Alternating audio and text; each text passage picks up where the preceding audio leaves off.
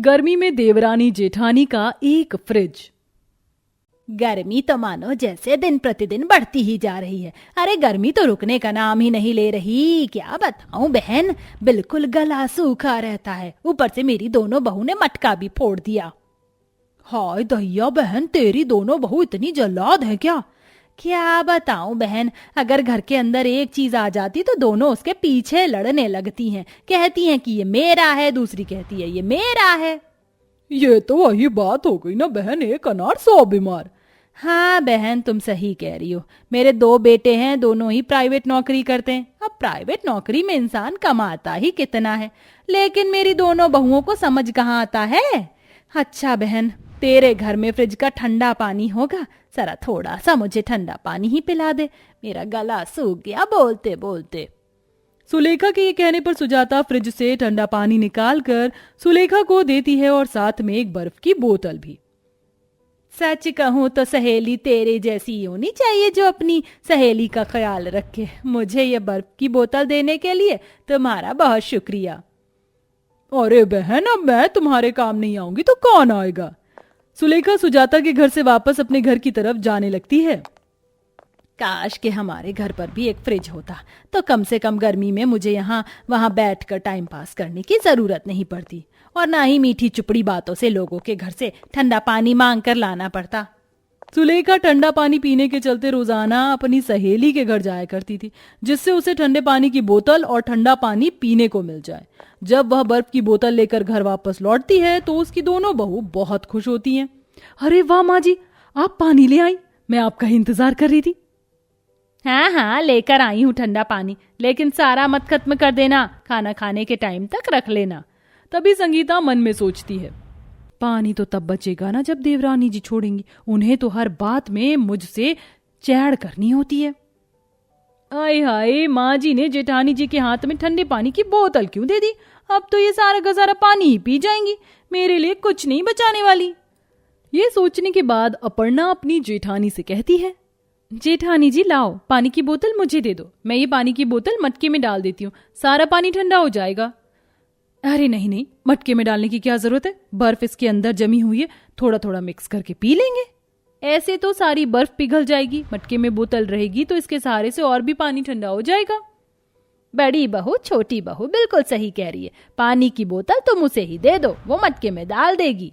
संगीता मन मारकर पानी की बोतल अपर्णा को दे देती है।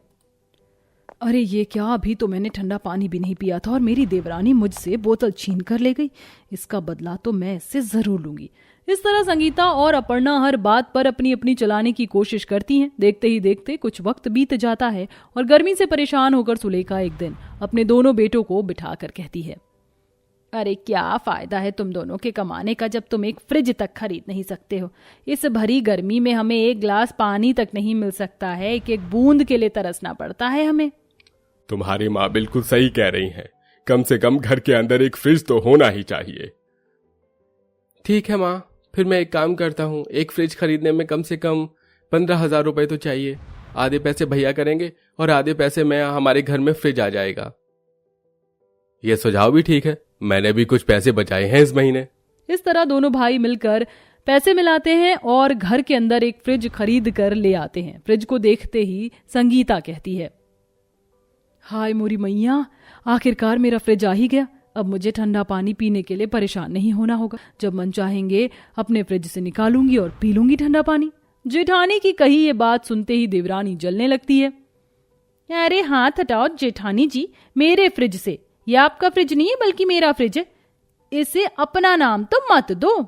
अरे तुम्हारा महाभारत दोबारा से शुरू हो गया, चलो अपने अपने काम पर लग जाओ, ये फ्रिज मेरा है और किसी का नहीं। सुलेखा के इस तरह चिल्लाने पर अपर्णा और संगीता दोनों बहू अपने अपने काम पर लग जाती है। लेकिन फ्रिज के आने के बाद जेठानी अपना रूप दिखाना शुरू कर देती है तो देवरानी अपना। देखो तो सही कितनी तेज तर्रार बन रही है। मेरे पति ने एक एक पाई जोड़ी है तब जाकर इस घर में फ्रिज आया है, और फ्रिज आते ही फ्रिज को अपना नाम दे दिया। वाह जेठानी जी, ये तो मैं कभी भी नहीं होने दूंगी। जैसे हर एक चीज पर अपना कब्जा करती है, वैसे ही मेरे फ्रिज पर भी कब्जा करने की सोच रही है। देवरानी जी, ये तो मैं कभी नहीं होने दूंगी। आखिर मेरा फ्रिज मेरा ही रहेगा, मेरे पति ने जो खरीदा है।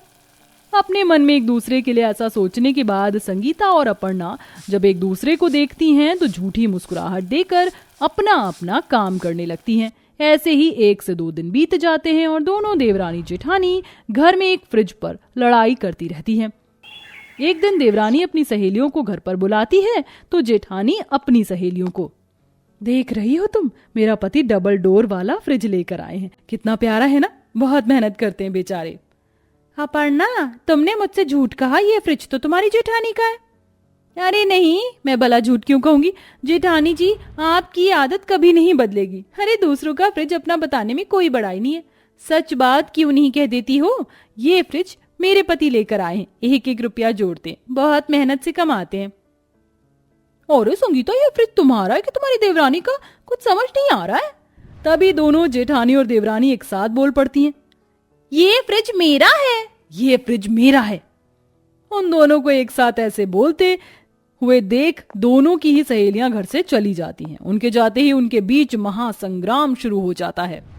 अरे झूठी जेठानी जी, शर्म नहीं आती झूठ बोलते हुए। मेरे पति के लाए हुए फ्रिज को हमेशा अपने पति का लाया हुआ बता देती हो।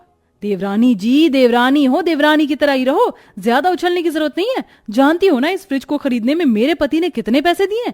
तुम्हारे पति ने चिल्लर पकड़ा दी तो क्या हो गया, वैसे भी चिल्लर से फ्रिज जैसी चीज नहीं खरीदी जा सकती।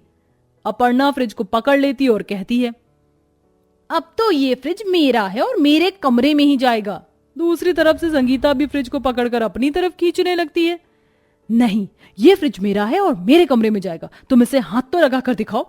इस तरह दोनों देवरानी जेठानी एक फ्रिज के ऊपर लड़ाई कर बैठती हैं। कभी संगीता फ्रिज को अपनी तरफ खींचती तो कभी अपर्णा फ्रिज को अपनी तरफ खींचती।